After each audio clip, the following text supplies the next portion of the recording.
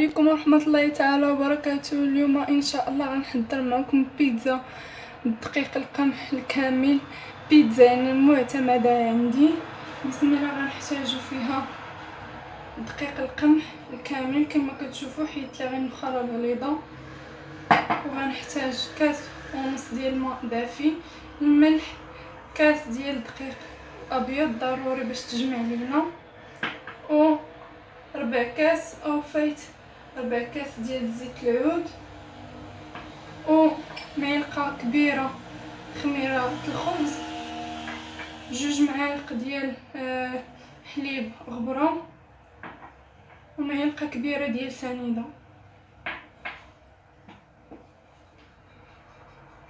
دابا غندير كاس ونص ديال الماء دافي، نعبرو معكم كاس، بسم الله، ونص كاس.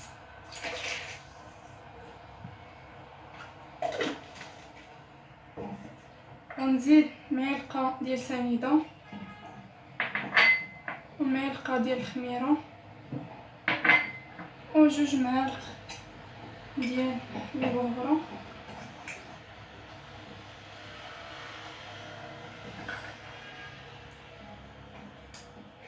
نخلطهم شويه.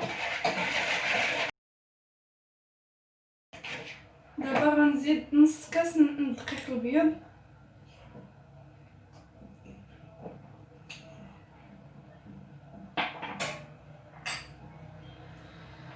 نص كاس ديال دقيق القمح الدقيق الابيض، غندير كاس ديال دقيق القمح. هاد الطريقه دغيا غتسهل لينا العجينه ديالنا باش تخمر لينا دغيا، حيت دابا البرد غتشد لينا الوقت شويه. وغنديرو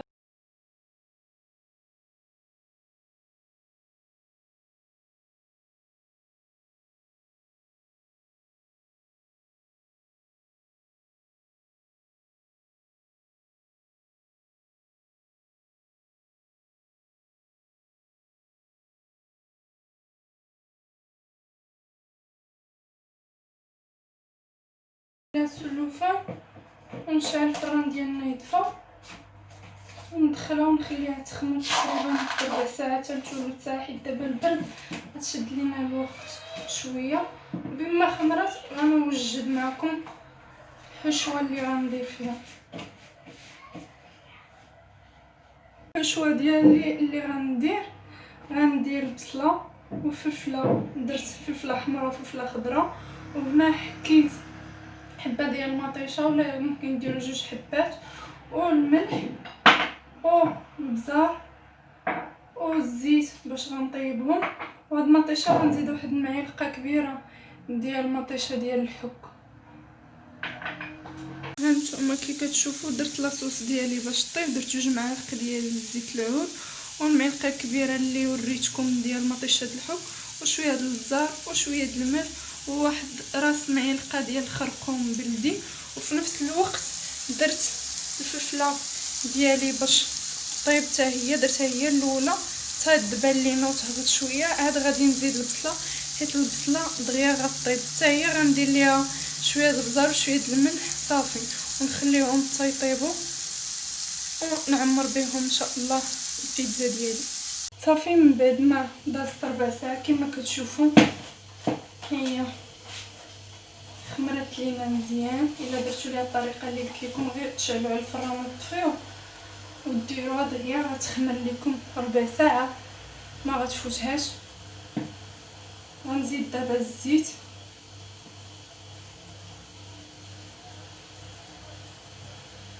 و الدقيق البيض اللي بقى لينا، وغندير قياس ديال الملح على حسب الذوق ديالكم. ما كنديروهاش من الاول كما قلت لكم، حيت كتهرس الجهد ديال الخميره، وديك المعلقه ديال سنيده اللي درنا هي اللي كتعاون الخميره ديالنا باش تفعل دغيا. غنزيد كاس واحد اخر ديال دقيق القمح، وغنعبر واحد اخر قبل ما ندير يديا في العجين.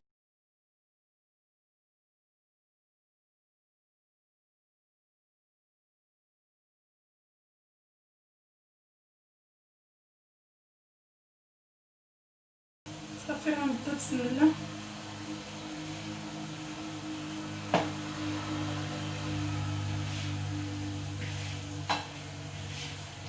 وغنزيد شويه، ما غنزيدوش كل غير النص تنشوف واش محتاجه مازال او لا.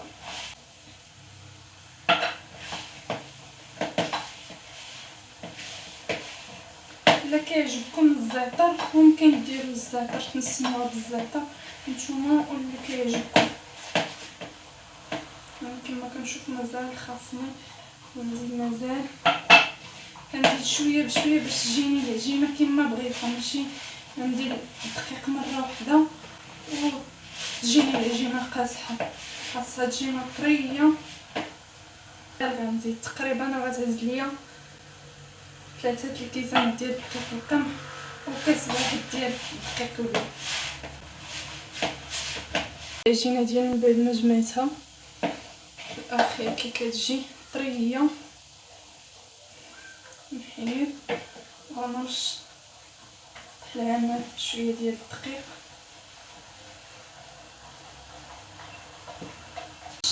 العمل بشويه ديال الدقيق وغنسرحها شويه.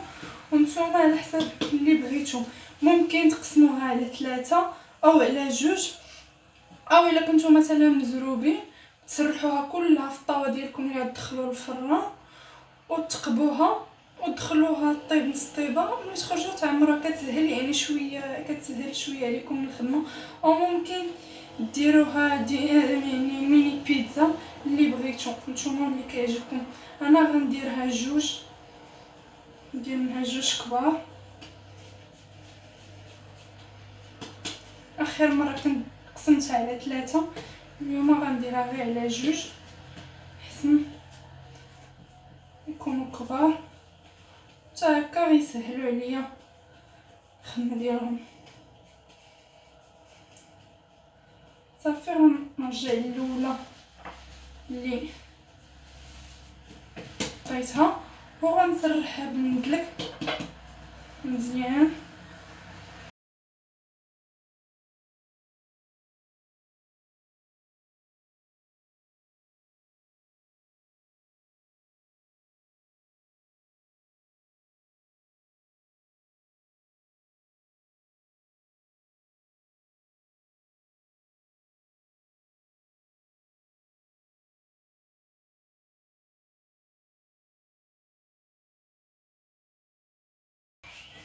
واخا تشوفوها يعني تحلات لكم العجينه بحال هكا، راه مازال غتجي،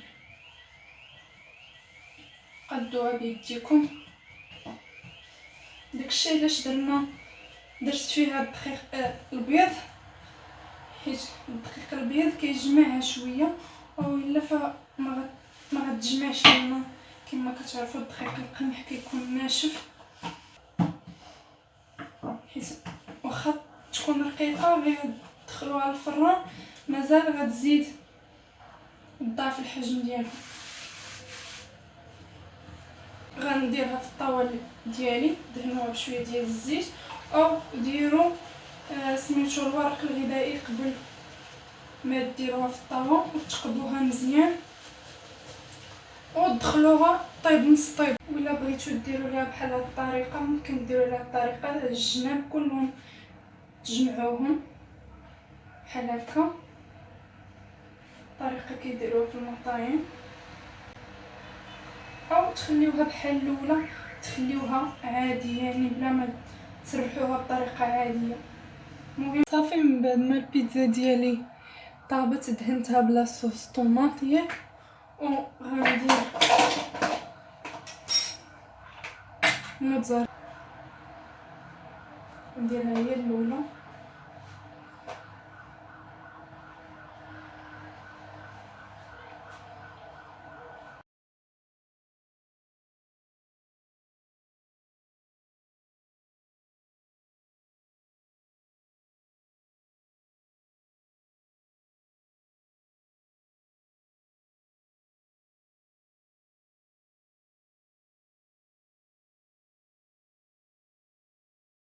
دابا غندير فلفله والبصله ديالي، يعني الدراري الصغار ما كيبغيش ياكلوا ليه الفلفل والبصلة هي المناسبة باش ديروهم، يعني ديرو كمية كثيرة شوية، وما عزيز عليهم البيتزا غياكلو كلشي.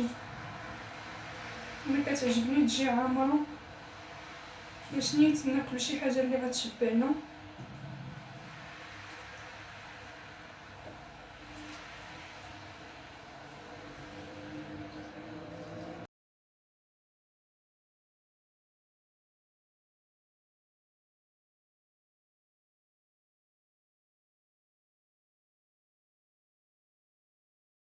دابا غندير الطون. نتوما اللي متوفر عندكم لادان او الكفته او الفخوي دمي اللي عندكم واللي كيعجبكم ديروا. انا غندير الطون، كتعجبني صراحه الطون.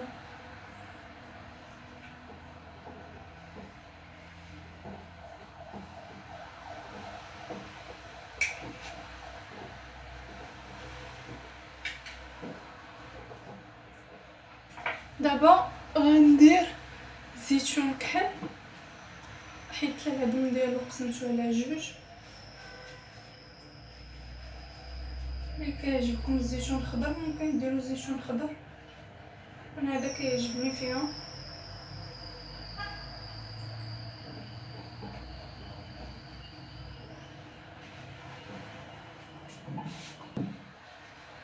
ديجا استعملت منه فيه 4 ديال الفرماج اللي فيه، نديرو حتى هو.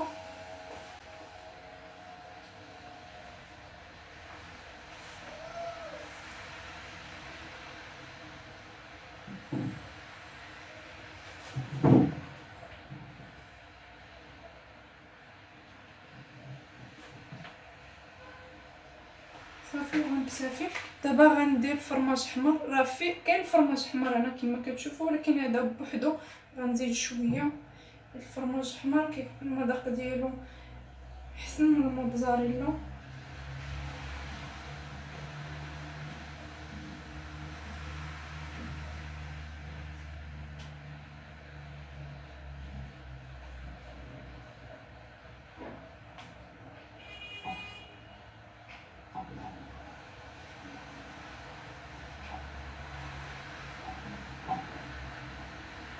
نردها للفران باش يذوب لينا الفرماج ديالنا، ونوري لكم الشكل النهائي ديالها.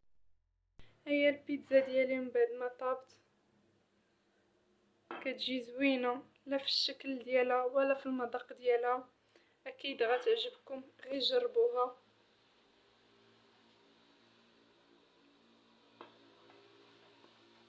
نتوما كي كتشوفوها عن القرب